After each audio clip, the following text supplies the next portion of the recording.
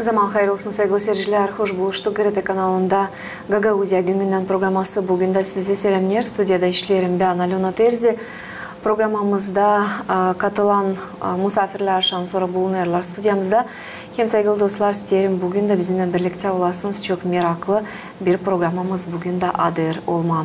Bir iki kapıma ayrılırız da stüdyamıza geri döndüğünün ben tanıştıracağım sizi bizim bugünkü misafirlerimizle stüdyamızda bugün iki misafir bulunur. Kalın bizimle.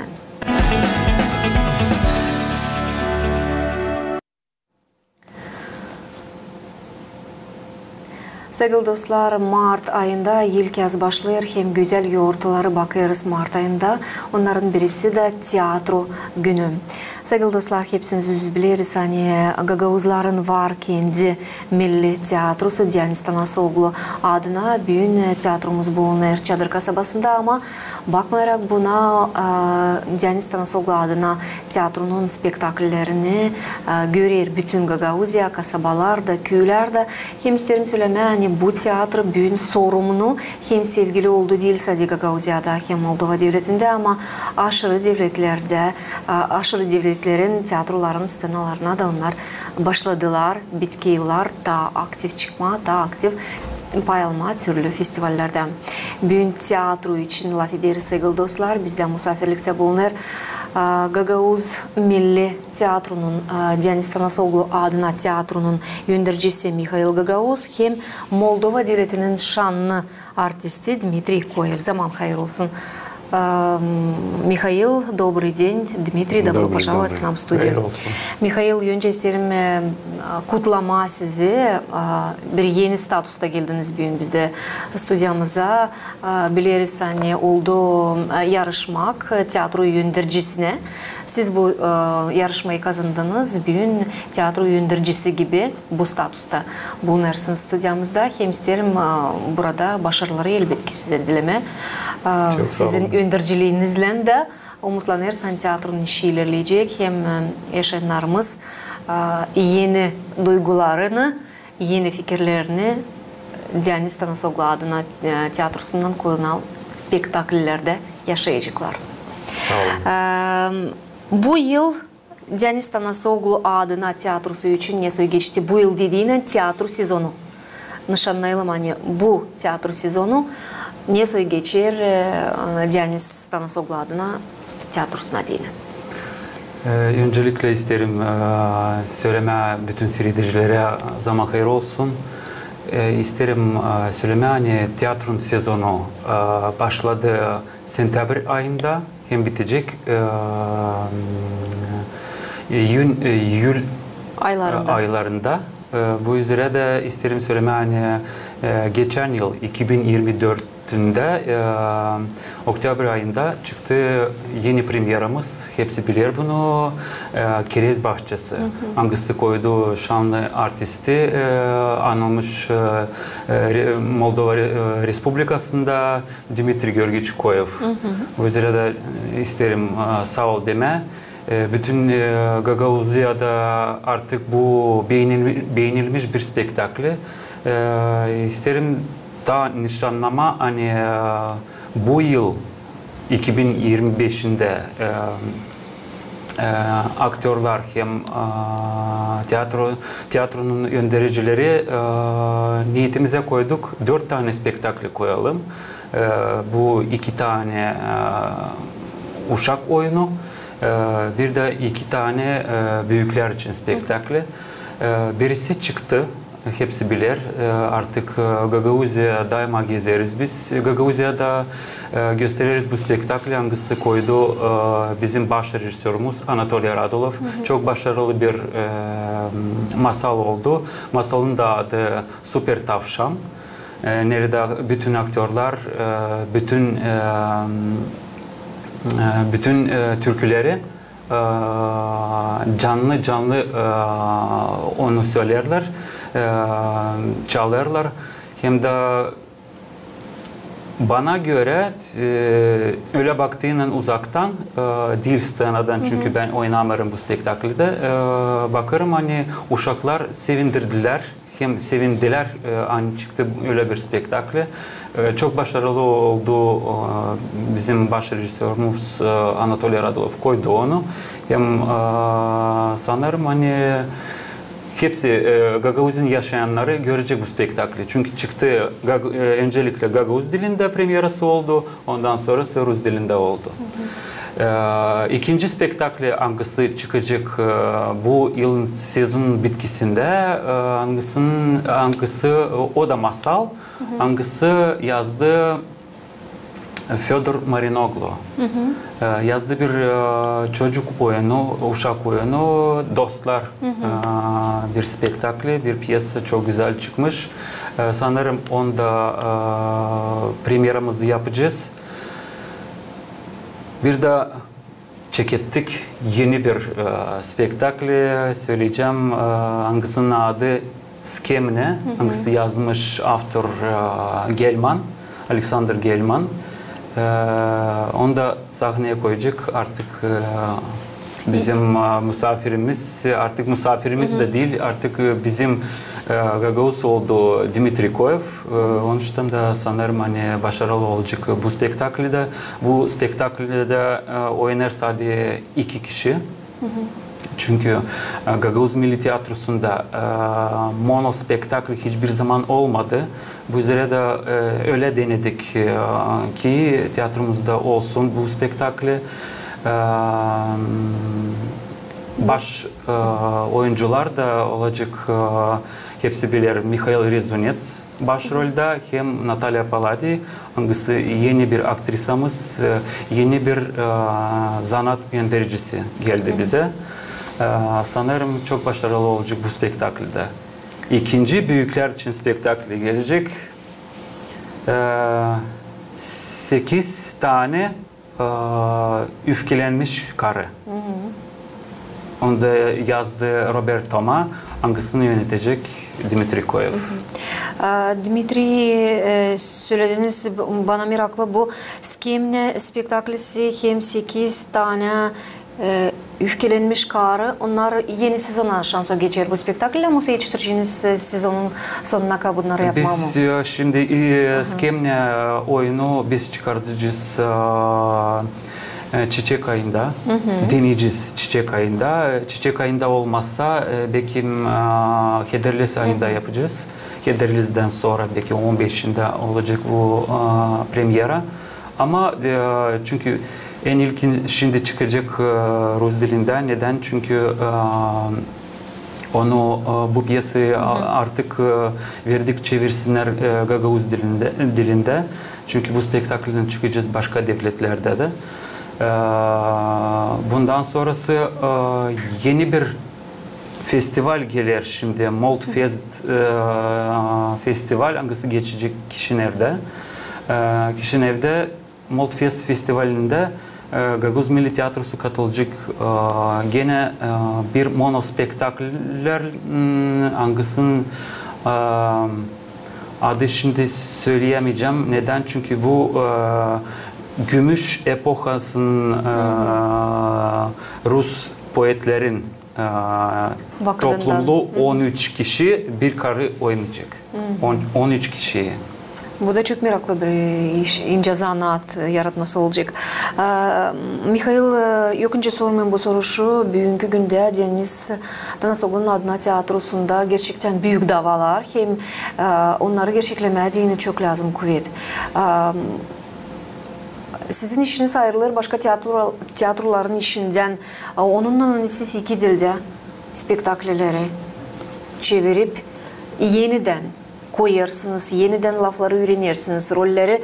Çünkü kimi roller belki hep o insanlar oynamıyorlar da çünkü Gagauz dilini pek bilmiyorlar. Hani bu hepten bir başka diyorlar, hani Rusça yapmışlar Gagauzca da olsa, ama bu Gagauzcasını yapma o hepten başka bir iş. Siz buna vakit hem kuvvet nereden acaba bularsınız? Bu iş, bu proses nasıl geçer?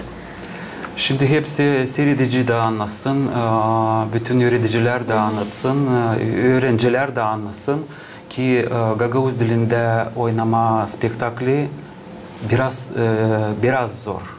Yani bizim için kolay oldu çünkü artık bu bizim davamız. Hani Gagauz dilinde scenadan ötmek.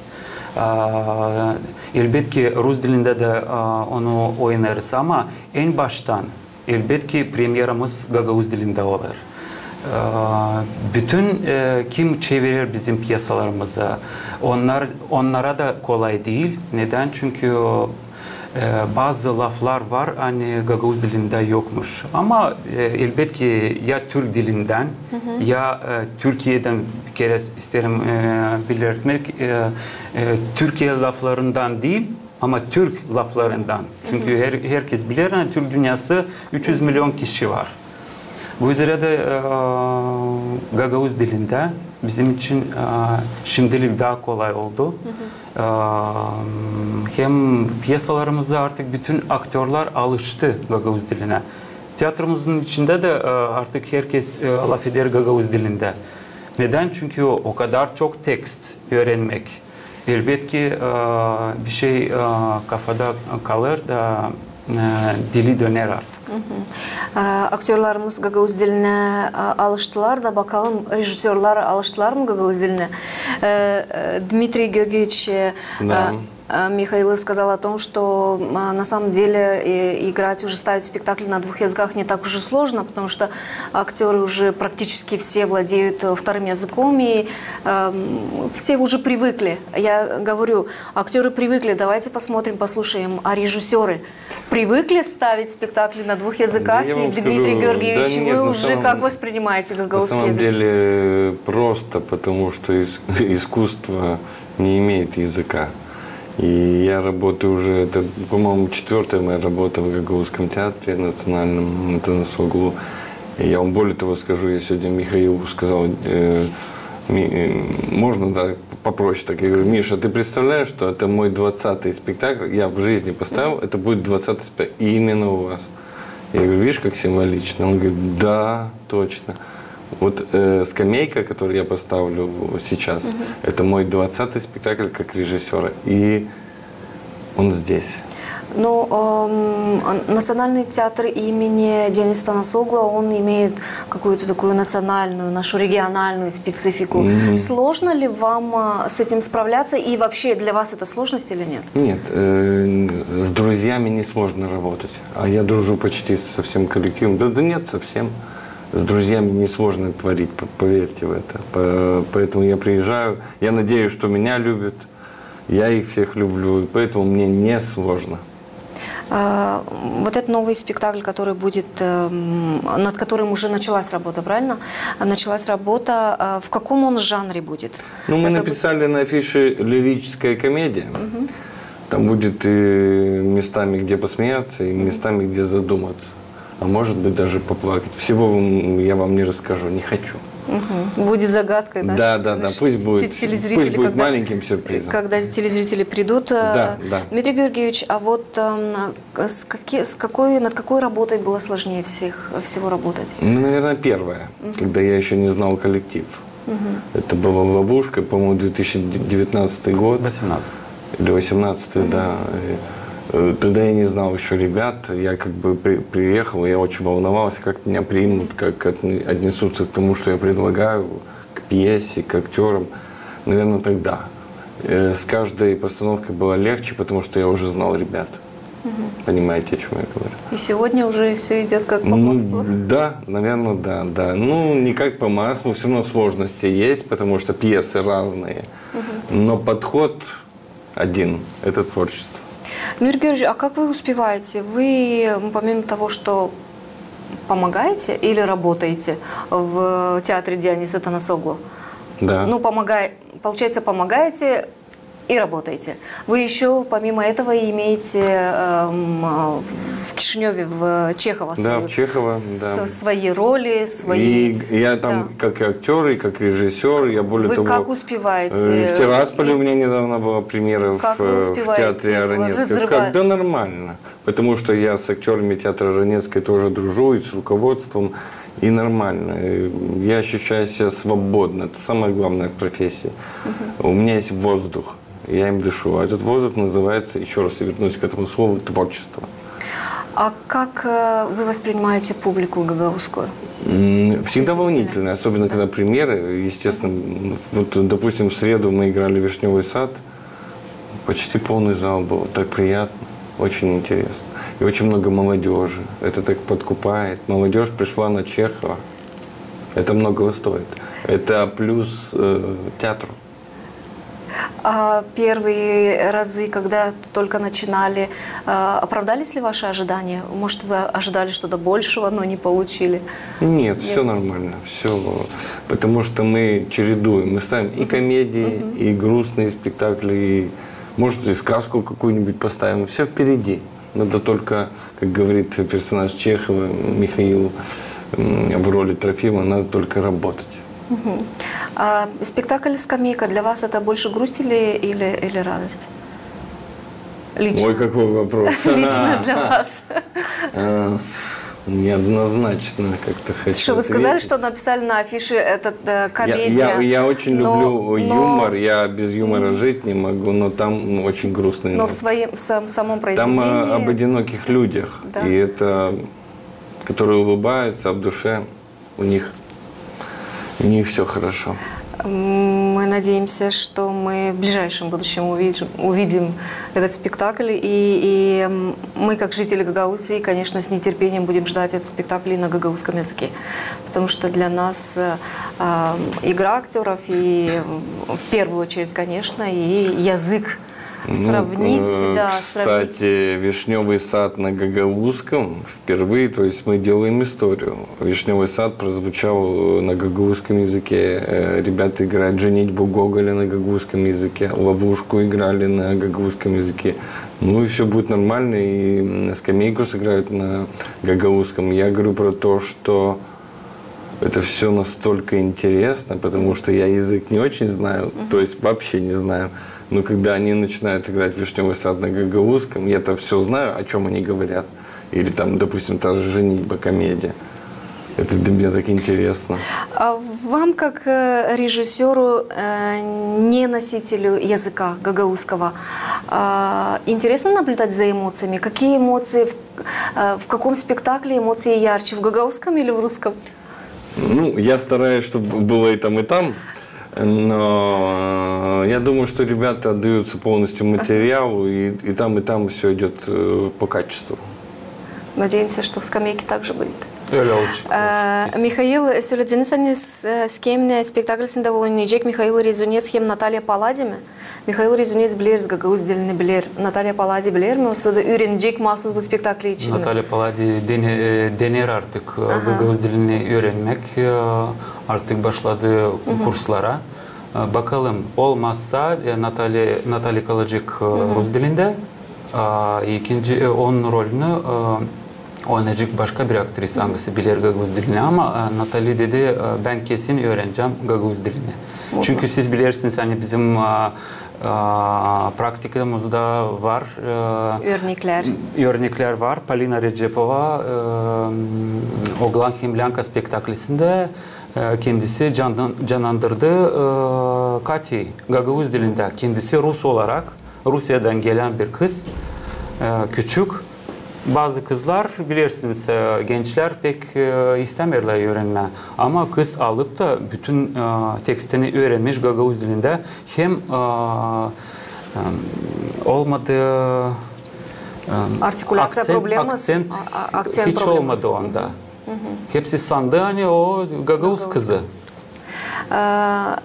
Михаил, зор mu işleme rejissörlerle ыңгылары gelme başka yerden, yoksa siz hepsiniz bir tiyatro ortamındansınız, tanırsınız birbirlerinizi mi? Olsa bir yeni kişi geldiğinden, bir yeni rejissör geldiğinden diyelim nece Dimitri lazım kaynaşma, bakışma, anlaşma. Nasıl olur bu proses, nasıl geçer? Bu çok güzel bir proses. Neden? Çünkü Diyeceğiz Dimitri Görgiç geldi ilk sefer bize geldiğinden 2018'de Prinka spektaklini koymuş. Elbette ki bizim aktörler, bizim rejisörler baktılar Dimitri Görgiç'e, sandılar acaba ne çıkacak, nasıl bir adam, nice oynama onunla. Çünkü var kişiler, rejisörler hani gelirler başka devletten de çekederler bağırma ya da bağırmama. Ama öyle hiçbir zaman olmadı. Gagavuz Milli Tiyatrosu bütün gelen rejisörler hepsi sevindi. Hani bizim kolektifimiz çok güzel. Hepsi de başarılı oluyorlar. Hem ne söyledi rejisör onu da yaparlar. Ama aktör kimer kere olur hani aktör diye nasıl oynama bu sahneyi bilmiyor. Oturup da rejisörle laf ederler, 1-2 saat laf ederler, çözerler bütün tekstin içinde ne yazılı, ne ister rejisör, ne sen kendi duygularını koyarsın da ondan sonrası başarılı çıkar bir rol. Bu momentler uygun geçerler yabancılıktan da geldiğinden режиссерлар. Elbette, elbette. Дмитрий, Михаил рассказал о том, что даже если иногда что-то не получается у актеров, часами садятся с режиссером, объясняется, как сделать, что сделать, и только в результате вот этого плодотворного труда выходит какой-то хороший результат. Вы как впервые начали, когда впервые начали сотрудничать с актерами театра, как часто у вас были такие моменты, когда актер, может, не понимал, приходилось возвращаться, возвращаться, объяснять, сидеть? Разные были моменты, ругались, было, да, почему? Мы живые люди, и бывало, мне что-то не устраивает, там, я ругал, кричал, но потом был толк. Результат. Конечно. Самый главный результат, который зритель видит потом со сцены. Михаил... Но этого было очень мало, практически не было. Один раз, по-моему, когда вот «Вишневый сад» выпускали, что-то мне не понравилось, и я, не скажу, что в грубой форме, но я крикнул пару раз. И это дошло до артистов. И был толк потом. Все. Anlaşmakta iş. Anlaşmakta iş, gerçekten. Михаил, екінші sormayım, Gala Premialar UNITEM 2025 tezde olacak. Bu yıl, bu sezonda Deniz Tanasoglu adına tiyatrosu katılır mı? Hangi spektakli çıkarırsınız? Biz şimdi çıkardık gala premiyolara, çıkardık Kerez Bahçesi'ni. O da hem Kar Kraliçesi ama Kerez Bahçesi düştü nominasya. Bu üzere de çok güzel bir nominasyaya düştük. Spesialne premiya jüri. Jürinin mahsus premiyası. Mahsus jürinin premiyası neden? Çünkü bütün Moldova'dan, bütün tiyatrolardan düşme bu nominasya biraz zor. Hem biz demeyeceğiz hani başrolü hem erkek hem karı o bambaşka ama kocaman büyük bir spektakli sıkıştırma da deme hani kesin Kerez Bahçesi beğenilmiş bir spektakli jüri için söyleyeceğim. Çünkü 2 kere bizim oyunumuz gösterilir komiseye. Şimdi çarşamba günü hepsi bilir artık hani Kerez Bahçesi'ni gösterdik. Çadır Munisipiyası'nda çok kişiler geldi, bütün gençler geldi. Bu üzere de isterim sağ ol deme bu GRT kanalından. Şükür ederim hani onlar artık gelirler tiyatroya. Tiyatro artık onlar için oldu. Sevimli mi? Pek sevimli oldu. Hem neden? Telefonlar bırakıldı bir tarafa. Elbette. Çok sevimli bizim için de oldu. Dedim acaba gençler başladı düşünme mi ileri doğru? Ne yapılacak? Hem de Kerez Bahçesi'ni okuma, siz bilirsiniz 4 tane bölüm var. Hepsi okumaya belki bilmiyor ya da istemiyor. Ama gelip de 1,5 saat oturma da sağ olsun Dmitri Georgichkoyev kısalttı onu. Bütün önemli ne var bu spektaklin içinde hepsini koydu da çıkardı yüze.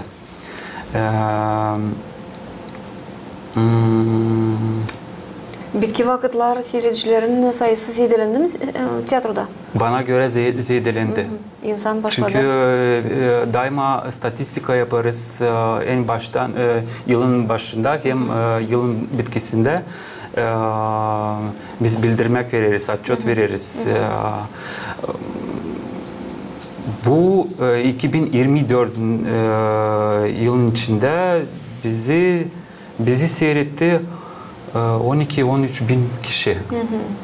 Süper. O ne demek? Yani bizim tiyatromuz Gagauzya'ya lazım. Hem de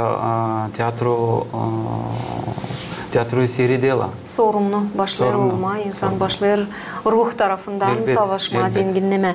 Programımız yaklaşırken sonuna ama mutlaka lazım sorayım da bir soruş. Bizim rejisörümüze Скамейка spektaklisi için Dmitry Georgievich спектакль «Скамейка» он по стандарту час 40, около 2 часов. Меньше будет. Ваш будет меньше, потому что он будет быстрее, или вы что-то сократите? Динамичнее, скажем. Да, мы сократили немножко, даже вот сегодня, перед тем, как к вам приехать, мы с актерами сокращали текст. Мне нужна динамика, понимаете? То есть, чтобы зритель почувствовал. Да, чтобы зритель не скучал. Для меня это очень важно. Sağ ol söylerim size hani bulduğunuz vakit bugün geldiniz. Bakmayara konu hani spektakllerle oynarsınız hani başka kasabadan geldiniz. Rejisörümüzü de Kişinev kasabasında getirdik hani Payal Madi'nin programada. Mikhail sizin kutlamalarınız ya da dilekleriniz hepsi kolegalarınıza bu güzel yurtaya karşı. 20 hepsi bilir hani halklar arası 27 Sörmek ayında 27'sinde halklar arası tiyatro günü olacak. Bu üzere de bu küçük scanadan isterim söylemek adama hepsine sağlık. Bütün aktörler uygunluk ailenizde sevimlilik olsun. Hem daima rolleriniz daha başarılı olsun. Sağ olunuz. И, Дмитрий Георгиевич, ваши пожелания своим коллегам и телезрителям, и зрителям театра в канун этого прекрасного праздника? Я всегда говорю так, идите в театр, там неплохо. Потому что интернет – это хорошо, телевидение – это хорошо, но есть театр. Театр – это живое искусство, это обмен энергиями. Приходите на наши спектакли, в театр Танасок, вы получаете удовольствие. Мы для этого будем все делать возможно и стараться. Да. İsterim teklif etme. Sörmek ayın 27'sinde saat 6'da akşam olacak spektakle Üzalet son düğüş. Gagauz dilinde elbette çünkü Rus dilinde yok. Yazılmış Gagauz dilinde sağ olsun Mikhail Rizonets onu yapmış da Anatoly Radov da koymuş onu sana. Mikhail siz söylediniz şimdi danışarkana aktörlara hem de seyircilere bu küçük scenadan isterim söyleme. Benim stüdyamızda bulunuruz ama pek sevindirir hani siz stüdyamızı scena gibi kabul edersiniz hem scena gibi kabul edersiniz hem sayırsınız. İsterim söyleme saygılı seyirciler size de hani bu küçük scenadan elbette büyük işleri savaşırız yapmak hem umutlanırız. Hani siz her zaman bizimle birlikte kalırsınız. Mikhail Gagauz, Deniz Tanasoglu adına Gagauz Milli Tiyatro'nun yöneticisi bir stüdyamızda bulundu. Hem Moldova Devleti'nin şanlı artisti Dmitry Koyev.